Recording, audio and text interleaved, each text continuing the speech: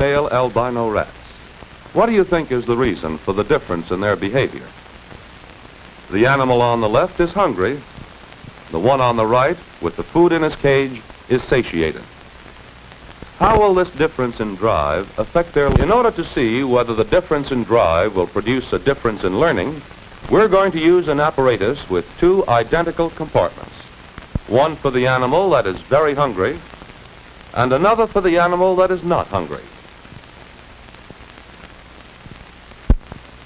At the outside end of each compartment is a food delivery apparatus. This consists of a stirrup-shaped bar placed above a food dish. Pressing the bar delivers a small pellet of food into the dish immediately below.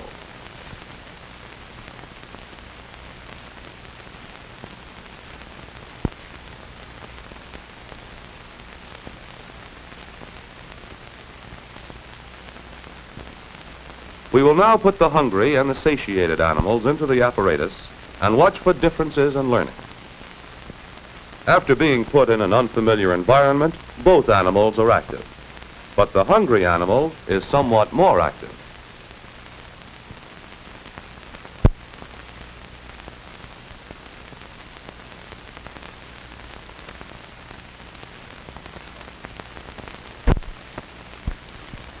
The hungry animal remains active, but as the satiated one becomes adapted to the new environment, he settles down and becomes inactive.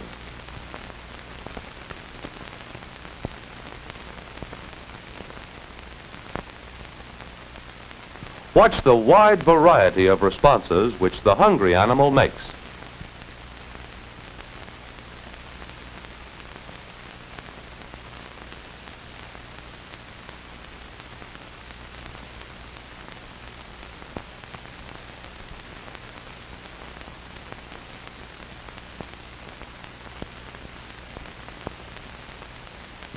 Since each of these responses occurs without reward, it is soon displaced by a new response. The behavior is variable.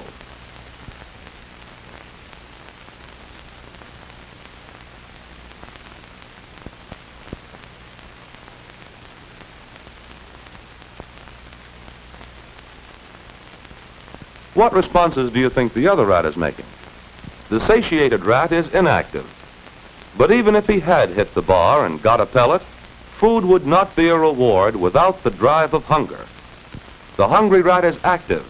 He stands up near the bar, but just misses it. The correct response of pressing the bar cannot be rewarded and learned until it occurs.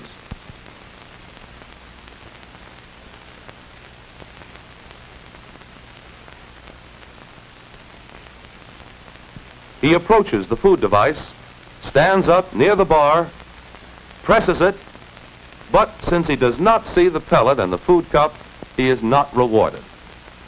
Now he finds the pellet and is rewarded for approaching the food cup. From now on, he confines more of his activity to the region of the food dish.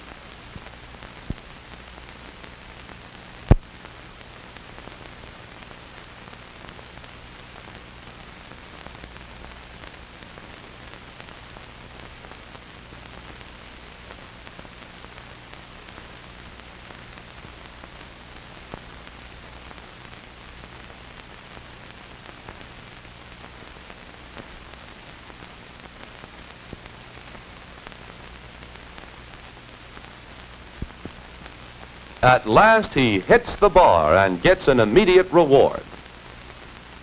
Has he learned? Will it take him as long to press the bar the next time?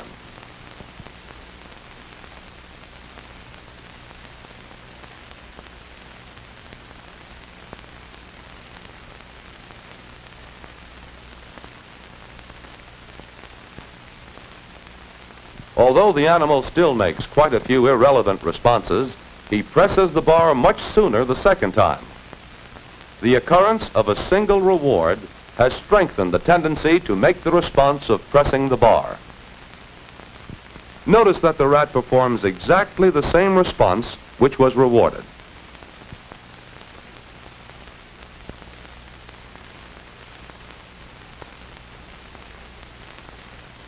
In the next trial, you will see that coming up to the bar from a slightly different angle, the rat makes a new response. He goes around the side of the stirrup instead of down through it.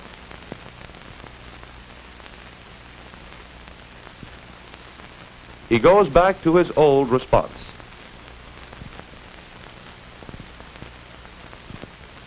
He still makes a few irrelevant responses.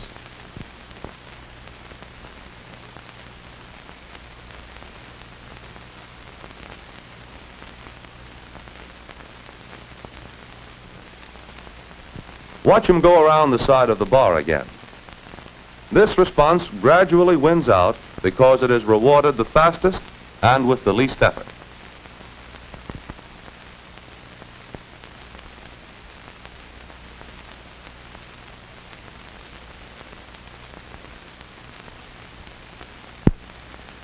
On the next trial, you'll see that the animal starts down to the food dish before he has pressed the bar hard enough to get a pellet. He makes several anticipatory errors which are not rewarded and regresses to his old response of diving through the stirrup.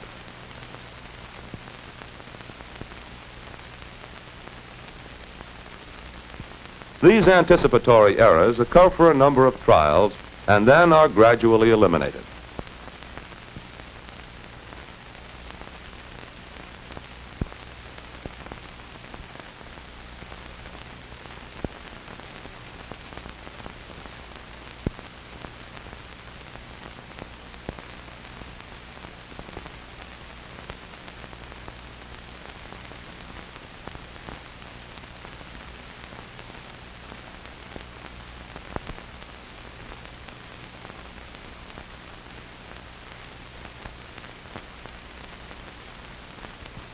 After several more trials, which are not shown in the picture, the hungry animal has eliminated irrelevant responses. He has learned to press the bar efficiently. Now, what do you think the satiated animal has learned to do?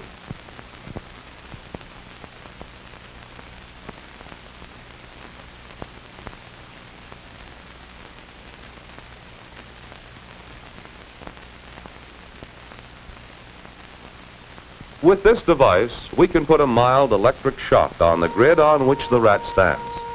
The shock is adjusted to be annoying, but not painful.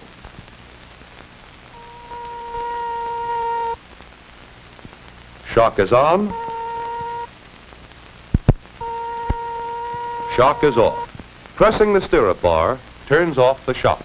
Although the shock is not strong, you will see that it supplies enough drive to produce a radical change in the behavior of the satiated rat. He hits the bar, the shock goes off, and he's rewarded.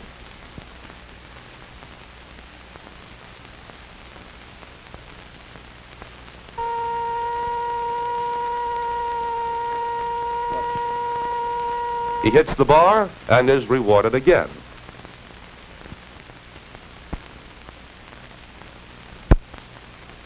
After a few more trials, which are not shown in the picture, he has learned to press the bar quickly as soon as the shock goes on. In fact, when a drive is supplied, the satiated animal learns even more rapidly than the hungry one did. This is because the drive produced by electric shock is stronger than hunger. It makes the rat more active and can be reduced more quickly and completely.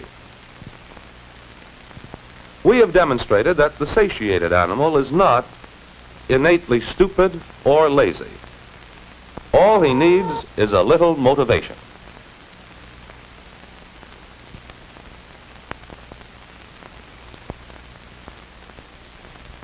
Again, a mild electric shock can be administered through the grid on the floor of the apparatus. This time, it can only be turned off by rotating a wheel. As soon as the wheel is moved, the shock goes off and stays off till the next trial. Just as in the preceding demonstration, the satiated animal starts responding as soon as a drive is supplied.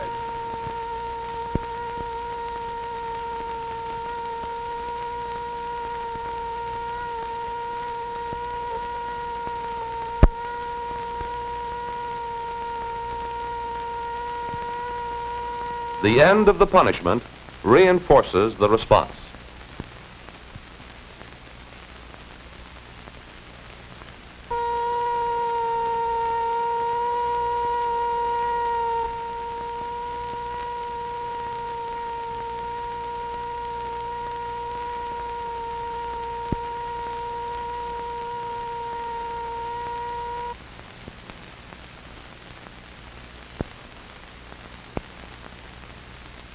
The behavior of the animal has been radically changed by this training.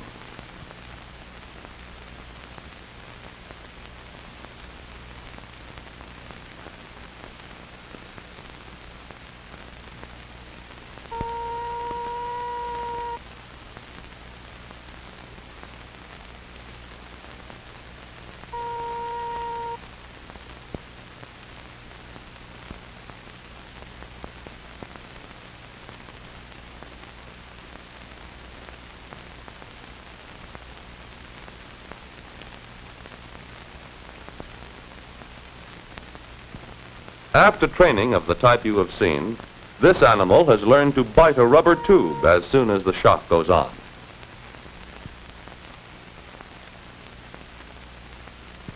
When he starts biting, the experimenter turns off the shock.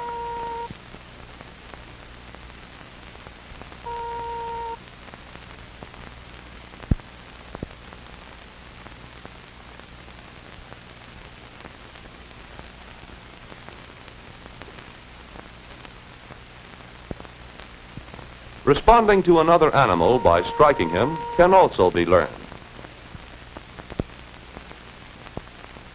These animals have already been trained. The experimenter turns off the shock as soon as they strike each other.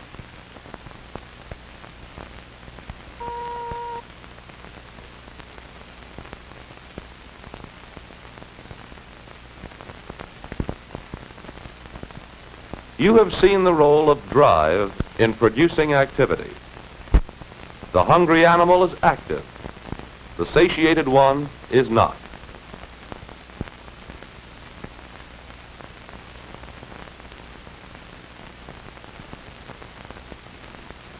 The hungry animal learns the response, which is rewarded by the food that reduces his hunger drive.